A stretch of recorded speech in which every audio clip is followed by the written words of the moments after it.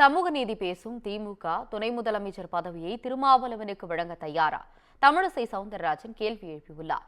திருவொற்றியூரில் நடைபெற்ற தெருமுனை பிரச்சார கூட்டத்திற்கு பின் செய்தியாளர்களிடம் பேசிய அவர், பால், மின்சாரம், பத்திரப்பதிவு என அனைத்திலும் விலையேற்றம் செய்யும் திமுகவை 2026 மக்கள் ஆட்சிக்கு ஏற்ற மாட்டார்கள் என்றார். தமிழ்நாட்டில் மின்சார உற்பத்தியை மேம்படுத்துவதற்கு எந்த திட்டமும் உங்ககிட்ட இல்ல. அதனால நீங்கள் மின் கட்டணத்தை மக்கள் மீது சுமத்துகிறீர்கள். அதனால் பத்திர கட்டணம் உயர்ந்தாச்சு, மின் கட்டணம் உயர்ந்தாச்சு, பால் விலை உயர்ந்தாச்சு, பல சரக்குகளின் விலை உயர்ந்தாச்சு.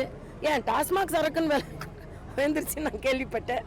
ஆக எல்லா விலையும் ஏற்றி கொண்டு இன்னைக்கு மரியாதைக்குரிய பாரத பிரதமர் அவர்கள் 2047 நோக்கி இந்த நாட்டை எட்டு செல்வதற்கான மிக வளர்ச்சியான பட்ஜெட்.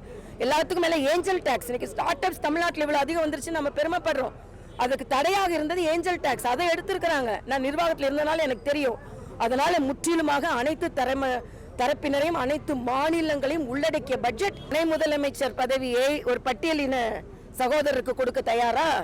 இன்னைக்கு சமூக நீதியை பற்றி பேசுகிறீர்கள். முதலமைச்சர் பதவியே கொடுத்திருக்கணும். இதற்கு திருமாவளவன் என்ன சொல்றார்? காங்கிரஸ் அடிமையா இருக்கிறீங்களே, ஏன் நீங்க பங்கு கேட்க கூடாதா? நீங்க துணை முதலமைச்சர் பதவி கேட்க கூடாதா? ஆக துணை முதலமைச்சர் ஒன்னு ஏன் அது ஒரு குடும்பத்தை சார்ந்தவருக்கு தான் இருக்க வேண்டுமா? நான் திமுக தொண்டர்களையே கேட்கிறேன். அதனால இதுக்கு தான், அதாவது ஒரு கிரீடத்தை வைப்பதற்கு, ஒரு சிம்மாசனத்தை ஏற்படுத்துவதற்கும் தான் இன்னைக்கு ஏற்பாடு நடந்து கொண்டு இருக்கிறது. இதை தமிழக மக்கள் எந்த விதத்திலும் ஒப்புக்கொள்ள மாட்டார்கள் என்பது எங்க சொந்த கட்சிம்பாங்க. சொந்த கட்சியில தமிழக மக்கள் ஓட்டு போட்டு தானே, அனைத்து கட்சியும் சேர்ந்து தானே, அனைத்து மக்களும் சேர்ந்து தானே நீங்க ஆட்சிக்கு வந்திருக்கீங்க. அப்ப நீங்க சமூக நீதியை பேசுகிறீர்களே. ஏற்கனவே உங்க குடும்பத்தை சார்ந்தவர் ஒரு முதலமைச்சரா இருந்துட்டாரு. அப்ப துணை முதலமைச்சரா ஒரு மகன் தான் வரணுமா? அது துணை முதலமைச்சரா ஒரு பட்டியலின சகோதரருக்கோ சகோதரிக்கோ கொடுங்க.